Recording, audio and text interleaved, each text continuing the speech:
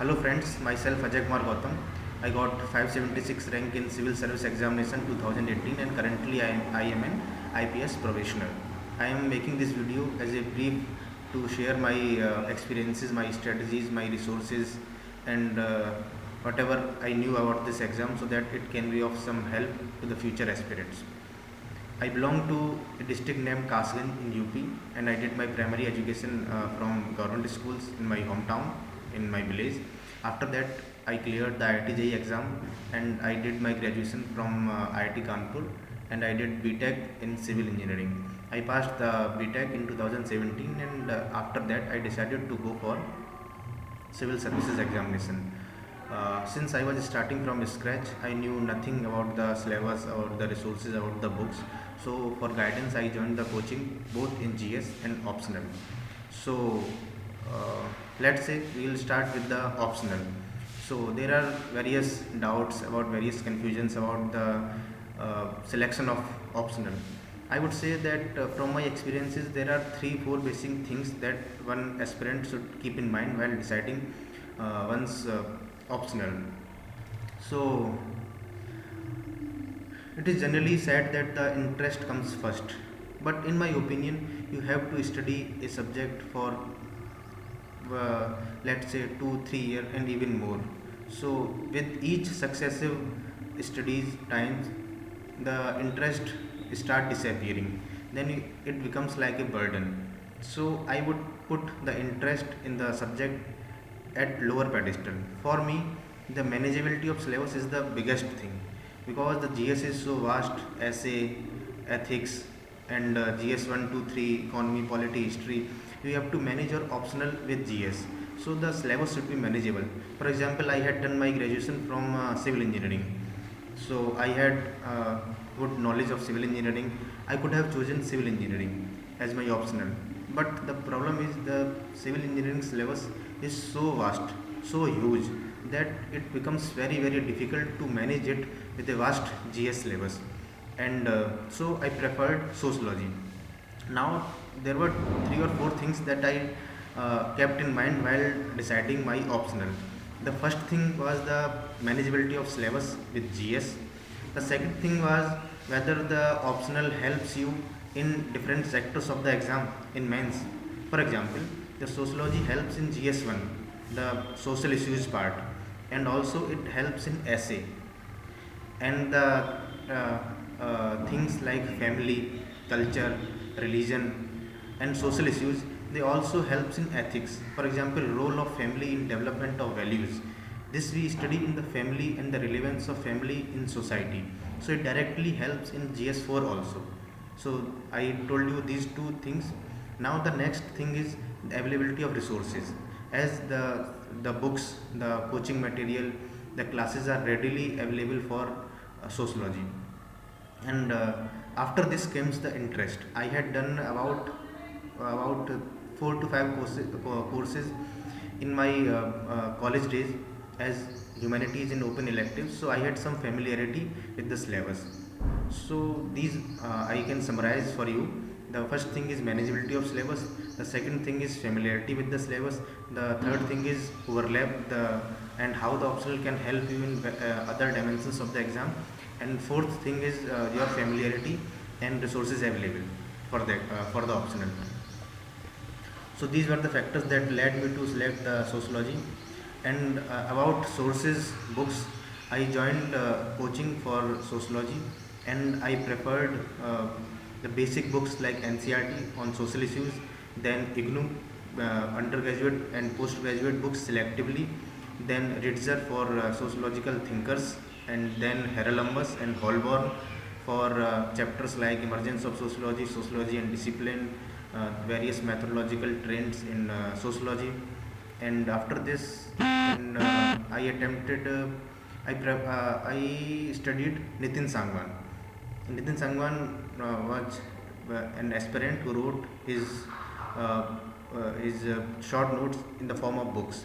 So it's very concise, aspirant friendly, very easy to memorize and utilize in exam. And with this, the main and most important thing is answer writing. I did a lot of answer writing And with every successive tests, I found that my understanding about the syllabus was more holistic. I was utilizing the facts, and my brain was more attuned to the demand of exam. So the importance of answer writing I will come in next part. So this was my basic things about the optional, the factors that you should keep in mind while selecting your optional. And one thing is you don't need to study too much in your optional. You need to keep the demand of the civil service exam in your mind. For example, you are not preparing for any academician or any undergraduate, postgraduate, or research purpose. You are studying for an exam in which you have to write applied thing. You have to think as an administrator. For example, in sociology, the question of an academics or an university question would be like how sociology was emerged. But the same concept will be asked in UPSC, like how the society and socio-economic conditions led to the rise of sociology as a discipline. What factors did the contemporary socio-economic realities contributed to the emergence of sociology? What was the need to emergence of sociology? So these questions are not that much bookish. These are bookish, but these are applied. You have to use your brain. That it is not just a theory and memorizing. It is about how any discipline is emerged and what are the conditions, context, socio-economic, political, cultural. These are aspects of emergence of sociology or any discipline for that matter, and how a discipline collaborates or cooperates or interacts with other disciplines, and what is the process of negotiation by which a discipline develops. So this was basic things. And the sociology also helped me in UPSC interview. For example, the questions, some of the questions that were asked me in the interview was that how the economy and polity determines the operation of sociology or the society. So I gave the example of vote bank politics. I said that the democracy is a skeleton or a framework of exercise of power, but the manner in which it operates is it is decided by the society. For example, voting in the name of caste, religion. These are factors that may be unfounded in America, but these are the factors that plays a significant role in voting pattern in India, and it is fact that is substantiated by various policy thinkers and think tanks. Now we come to the importance of answer writing. Friends, I think answer writing is the most crucial thing. I This was my first attempt, the civil service exam 2018, and I remember after writing my pre, I was thinking I was praying to God that I should somehow pass this pre. Then after I will think about the mains. Now the after giving my pre, I came back to room and just matched the answer keys, and I found that I was in a comfortable position to pass the pre. Then I decided कि now I have to write the mains. So I was completely at lost what to study, how to study. So the first thing was this: I took a printout of the syllabus, go through the syllabus in a very holistic manner, and then I joined the coaching, a test series. So what happened with this test series was like I had a target that within 7 days I have to write this test of this much syllabus. So if I had not joined the coaching, I would have studied randomly, chaotically, in whatever manner I may find useful. But with the test series, I found a direction in which I channelized my efforts and strategies and my resources. And with this, I took a place that whether I have completed the syllabus or not, whether I have fully prepared or not, howsoever my mind may be hesitating to write any test, I will write the test. I will make a point to go there and write whatever comes in my mind. So with this, I came out of my comfort zone, of my inertia to write test. And fortunately, whenever I used to write test, I used to find that I am much more capable of writing answer than I had thought before coming to the exam hall and writing test. So in this way, I sort of realized my inner potential. Okay, that the mind says that you know very little, but when you see any question and you are forced to write, you come up with different innovative things, different ideas, dimensions, and somehow you will write, you will fill up the space.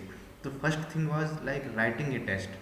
Then the things improves to finding the quality, and then you go to multiple resources, multiple books for current affairs for GS1, GS2. It require a detailed discussion about the content and how to enrich them. That I'll discuss them if the opportunity arises and need arises in future videos. But the answer writing answer writing trains your attitude to the demand of exam. It increases your speed, it forces you to think as per the demand of exam, it gives a direction to your preparation, and in a way that you will see an incremental change. And once the physical and mental inertia is broken of writing the exam, of writing test. Remember, you have to write 3 hours continuously, and two tests in one day. So it is a both mental and physical challenge. So for that you need to practice a lot. And it is a saying that in IPS, it is a saying that the more you sweat in battlefield, the more you sweat in training, the less you will bleed in battlefield. So it's better to write, practice, test and test. I wrote about 18 tests of GS, about 6 tests of sociology, and about 3 tests of essay. And I also gave my next attempt, that is 2019, for rank improvement. And in this I wrote about 24 tests of GS, about 16 tests of my optional sociology, and about I think 5 tests of essay. So it helped me a lot. It helped in time management, stress management. It increased my physical capacity to hold my pen and write continuously for 3 hours, 2 times a day. So answer writing is the key. And I hope that I have covered most of the things about optional, about answer writing, about the UPSC exam is so wide that everything can't be covered in one single video, but I think it may be of some help to the future aspirants. Wishing you all the best and keep your spirit high. Dhanyavad. Thank you.